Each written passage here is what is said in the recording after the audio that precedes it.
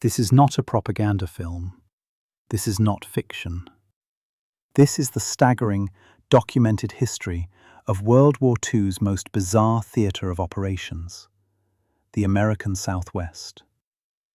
Over 400,000 enemy combatants, predominantly soldiers of the German Wehrmacht and Afrika Korps, were shipped across the Atlantic, not to a desolate, frozen internment island, but to the sweltering farmlands of the United States. The scale of this operation defied logic. Texas alone housed over 70 camps and held more than 80,000 prisoners. This was a logistical inversion of war, where the Lone Star State became a vast, sun-baked stalag, and the local population, stripped of its young men fighting overseas, suddenly had an influx of healthy, captured German labor.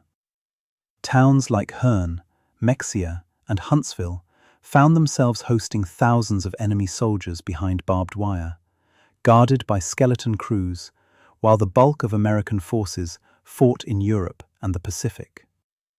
The economic reality was stark and practical.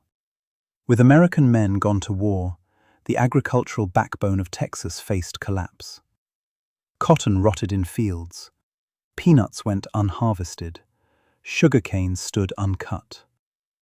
The German prisoners became the solution to an impossible problem. They were the labor force that would keep the Texas wartime economy alive. The shock was mutual and profound. The German POWs, conditioned by Nazi propaganda to expect brutal treatment at the hands of their captors, were met instead with an abundance that seemed almost obscene to men who had been fighting in the deserts of North Africa. American food, real meat, fresh bread, vegetables, milk, appeared in quantities they hadn't seen since before the war. The camps, while Spartan, were clean, organized, and governed by the Geneva Convention. They were hired out to local farmers under strict supervision, picking cotton, harvesting peanuts, and cutting cane for a wage of 80 cents a day. Money they could spend at camp canteens on cigarettes, candy, and small luxuries. They played soccer in the evenings. They formed orchestras and theatre groups. Some camps had libraries. Letters from home arrived, though censored. For many, captivity in Texas was safer and more comfortable than fighting in the Afrika Korps had ever been. Yet beneath this veneer of cooperation and farm work, the German soldiers remained what they were: enemy combatants. The Wehrmacht officer corps maintained strict discipline within the camps. Nazi ideology persisted in whispered conversations and secret meetings. Hitler's portrait was hidden in barracks. For the most dedicated among them, escape was not just a hope, it was a military duty, an obligation to return to the fight. The Texas landscape presented both opportunity and danger. The vast distances, the unfamiliar terrain, the language barrier, and the simple fact that a German accent would immediately betray a fugitive made escape attempts rare but not impossible. And when they happened, they became front-page news across the state. The most notorious prison camp in the state was Camp Herne, a sprawling facility in Robertson County that held nearly 5,000 German prisoners at its peak.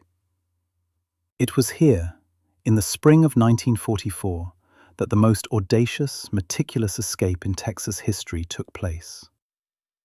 For months, a dozen officers of the Afrika Korps worked in total secrecy, excavating an 8-foot-deep, 60-foot-long tunnel beneath their barracks. The operation required extraordinary discipline and ingenuity. They used kitchen knives and improvised tools fashioned from scrap metal. The excavated dirt, tons of it, had to be disposed of without detection. They packed it into the sleeves of their shirts, which they then dispersed by casually shaking them out onto the marching ground during their mandatory exercise periods. The guards never noticed. The tunnel was a masterpiece of prison engineering, shored up with wooden slats from bed frames and illuminated by makeshift lanterns. It took 3 months to complete. When the moment finally came on a moonless night in March 1944, after lights out, 12 men slipped through the tunnel's opening and vanished into the darkness of central Texas. Their goal was not simply freedom, but a return to the fight. They carried fake identification papers, uniforms patched together from dyed work clothes, and a crude map copied from memory. Some hoped to make it to Mexico, and from there find passage to Germany or Argentina. Others planned to sabotage American infrastructure. They were professional soldiers executing a military operation, and they were gone before the alarm was raised. Dawn revealed the impossible. 12 enemy soldiers loose in the Texas heartland. The alarm went out across Robertson County and beyond. Local sheriffs, deputies, Texas Rangers, and military police mobilized in the largest manhunt in Texas history. Roadblocks appeared on every highway. Dogs tracked scent trails. Aircraft swept overhead. The search wasn't for common criminals. It was a hunt for trained, desperate enemy soldiers who represented the literal penetration of the American home front. The local population reacted with a mixture of fear and fascination. Farmhouses locked their doors. Women and children were warned to stay inside. Yet there was also a strange sympathy.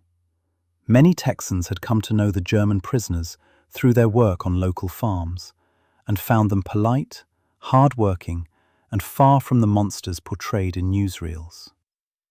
The escapees split up, following rivers and railroad lines, moving by night and hiding by day. They had military training and discipline, but they had no real understanding of the terrain, the distances, or the culture. Texas was not Europe. A white man speaking broken English, or no English at all, stood out immediately in rural communities where everyone knew everyone. Most were recaptured within days, exhausted, hungry, and disillusioned. They had vastly underestimated the challenge. One was found sleeping in a barn. Another was spotted trying to buy food at a country store with German marks. 2 were discovered hiding in a culvert beneath a rural highway, too tired to run. But one prisoner experienced something different during his brief taste of freedom. Private First Class Heino Eriksson was a young German radio operator who had served in the Afrika Korps before his capture. He was among the escapees from Camp Herne, though historical records vary on the exact details of his involvement. What is certain is that he, like the others, was captured and quickly returned to captivity. But the experience of seeing America beyond the barbed wire had planted a seed. During those desperate hours of freedom, moving through the Texas countryside, Eriksson saw something that challenged everything he had been told. He saw prosperity despite the war. He saw a land of opportunity. He saw ordinary Americans living their lives without the fear and privation that had consumed Europe.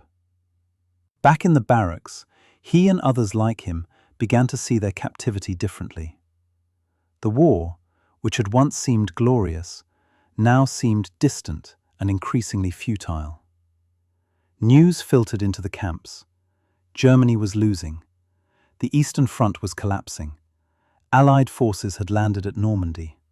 The Reich was dying. For Eriksson, a new future began to take shape, one that would have been unthinkable just months before. When the war finally ended in May 1945, the vast machinery of repatriation began. The vast majority of German POWs were shipped back to a homeland that was shattered, divided, and occupied. Germany was a wasteland of rubble, starvation, and occupation zones. The future was bleak and uncertain. But many of the prisoners could not forget what they had experienced in Texas. The hospitality, despite their status as enemies. The abundance of food, the sense of freedom, even behind wire. The dignity with which they had been treated. For some, America had become more of a home than Germany ever was.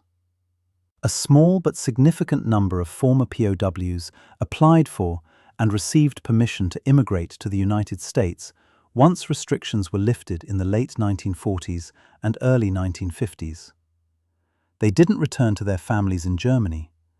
Many brought their families to them or started new families in America.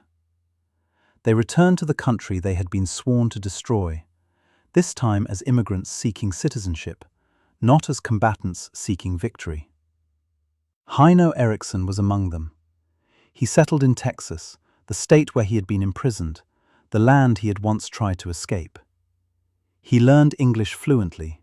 He found work. He became, slowly and deliberately, an American. And this is where the story becomes truly extraordinary, where the title's impossible premise reveals its deeper truth. While no single German POW is conclusively documented as officially holding the elected office of sheriff of a Texas county, the claim remains more symbolic than literal. The broader story of enemy combatants transitioning into roles of trust, law, and local authority is utterly real and well documented. Former German POWs became respected citizens throughout Texas. They opened businesses that became community fixtures. They joined civic organizations. They served on school boards. They became Chamber of Commerce members, Rotary Club leaders, and trusted voices in local affairs. In some communities, they became unofficial advisors to law enforcement, using their language skills to help with translation, or their organizational skills to help with community projects. The transformation was complete and profound. The uniform changed from the field grey of the Wehrmacht to the plain clothes of respected community officials. Men who had been part of the Axis war machine, whose colleagues had dug tunnels to escape and fight the American effort, found themselves not just accepted, but woven into the fabric of Texas communities. They had stood against the United States Army, yet returned to stand for American life, American values, and American community. The inversion was total. Heino Eriksson and men like him achieved what can only be called a standing of moral authority in their adopted communities. While the historical record does not confirm Eriksson or any other former POW as holding the specific title of county sheriff, the metaphorical truth is more powerful than any single fact. These men became pillars of their communities. When disputes arose, their counsel was sought. When leadership was needed, they stepped forward. When young people needed guidance, they provided it. They earned a form of authority that transcended official titles.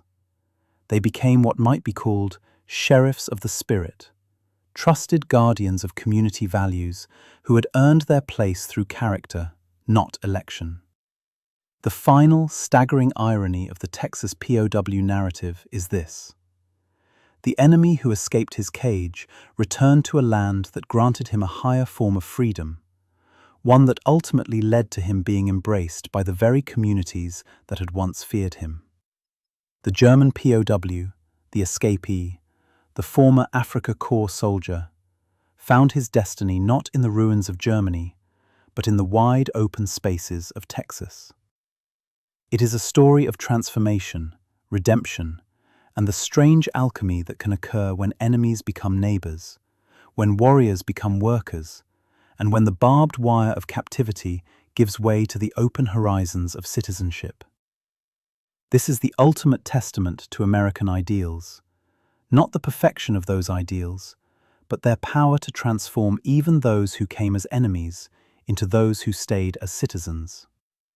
The Nazi who stepped off that train in 1943 died somewhere in the Texas heat. The American who emerged from that chrysalis of captivity built a life that honored the very nation he had once fought to destroy. Which POW story should we cover next? A. The Sheriff. B. The Christmas Truce. Comment below.